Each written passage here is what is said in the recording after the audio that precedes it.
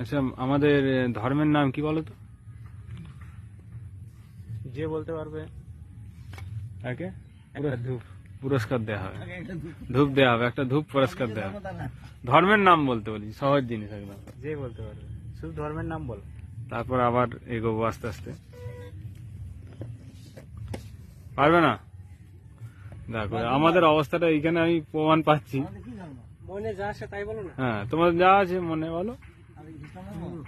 হিন্দু। আচ্ছা, বলো, আরো বলো। কে বললো? ওই একজন বলেছে হিন্দু, হিন্দু বলেছে। আমাদের ধর্ম কি? হিন্দু বলেছে। কে বলেছে? ওই তো। কে বললি? হাত তোল। না, একটু একটু কারেকশন করতে হবে। আমাদের ধর্মের নাম হচ্ছে সনাতন বৈদিক ধর্ম হবে, ঠিক আছে? মানে বেদ আধারিত। হ্যাঁ, এটা মাথায় রাখবে। মানে সনাতন মানে যার চিরন্তন, মানে তার কোনো শুরুও নেই শেষও নেই, ঠিক আছে? এর যুগ যুগ ধরে চলে আসে। এর কোনো প্রবর্তক নেই, ঠিক আছে? প্রবর্তক মানে বুঝতে পারছো?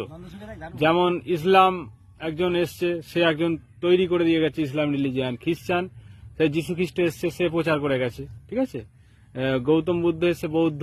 তো সনাতন ধর্ম ঋষিদের পরম্পরা, এখানে কোনো একক মানুষ নেই যে এই মানুষটা এসে সৃষ্টি করেছে। সেই কৃষ্ণের আগেও ছিল সনাতন ধর্ম, রামের আগেও ছিল।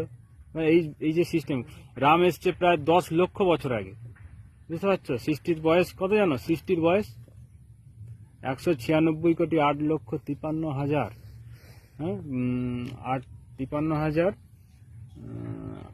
126 না 24 বছর বয়স সৃষ্টির বয়স, ঠিক আছে? আচ্ছা, ধর্মগ্রন্থের নাম বলতে পারবে?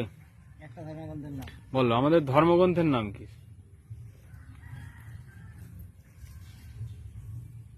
যেমন মুসলিমদের বলে কোরআন, খ্রিস্টানদের বাইবেল, জানো তো এগুলো? শুনেছো?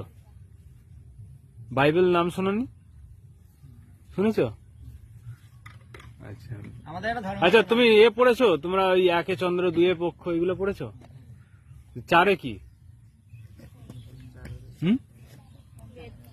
আপনারা এই সেটে বসুন। চারে বলে না চতুর্বেদ? এইখানে যে বললো সে কিন্তু এই গিফটটা পাবে, একটা ধূপ আর একটা ভগবান শ্রীকৃষ্ণের ছবি। কে বললো? না, কেউ বলতে পারেনি। তারা বলেছে, মা বলেছে। বলেছে ওটা তো এই নামটা ধরিয়ে দিলাম, চারে চতুর্থ এই জন্য বলতে পারলো। মানে অনেক আপনার বাইকে আসেন, এখানে বসুন। হ্যাঁ, ঠিক আছে, বসুন। আচ্ছা, চারটে বেদের নাম জানো? চারটে যে বেদ আছে, এই যে এখানে আসো, এখানে আসো, তুমি এখানে আসো। হ্যাঁ, চার বেদের নাম বলতে পারবে কেউ? এদিকে কোনে কোনে বসো, ঘুরে বসো। আচ্ছা, জিতুদার ফোন এখানে বসো, এদিকে তাকে বসো। ঋগ্বেদ শুনেছো? ঋগ্বেদ, সামবেদ, যজুর্বেদ, অথর্ববেদ, চারটে বেদ। ও জামাই, আচ্ছা আচ্ছা, নমস্কার নমস্কার, আসো বসো। বাবাকে নিয়ে আস, বস বাবা, এদিকে আয়। ও তাই? বাহ। ভগবান রামের জন্মস্থান জানো? কোন জায়গায় জন্মগ্রহণ করেছিল ভগবান রাম? বলতে পারবে কেউ? হ্যাঁ, যেখানে মন্দির হচ্ছে, কোথায় মন্দির হচ্ছে? কে বললো? হাত তোলো। হাত তোলো। হ্যাঁ, অযোধ্যা। পরের প্রশ্ন, রামের বাবার নাম জানো? কে বললেন? হাত তোলেন। জামাই বলে দি।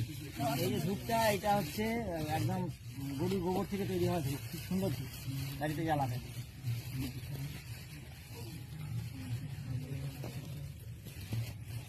গরুর গোবর থেকে এত সুন্দর ধূপ তৈরি হয়। এই ধূপগুলো হনুমানজির মায়ের নাম জানো কেউ? বলতে পারবে? যে হনুমান ছিল? অঞ্জনা। অঞ্জনা না, অঞ্জনী। অঞ্জনী, একটু কারেকশন। ভালোই মানে আছে, মানে পড়াশোনার মধ্যে থাকে মনে হচ্ছে একটু ধর্ম বিষয়। মহাভারতের কে রচনা করেছিলেন জানা আছে? ইনি বাদ দিয়ে, না বললে উনি পারবেন। মাতাজি, আপনি বাইকে আসেন। বলতে পারবে মহাভারতের রচয়িতা? এইখানে বসেন। মহাভারতের লেখক কি? প্লেটের এখানে বসেন, প্লেটের আগে। বইটা লো পাইছে তো? বইটা লো পাইছে তো? বেদব্যাস নাম শুনেছো? বেদব্যাস, রামায়ণ।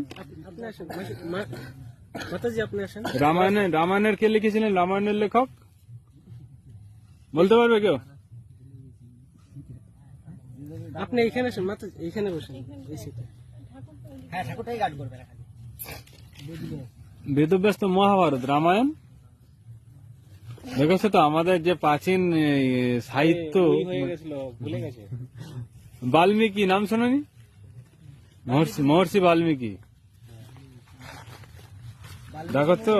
কেন নাম বাল্মীকি হলে একটু বলে দিই, ভালো লাগবে। বাল্মীকি মুনি ছিল একজন দস্যু, তার নাম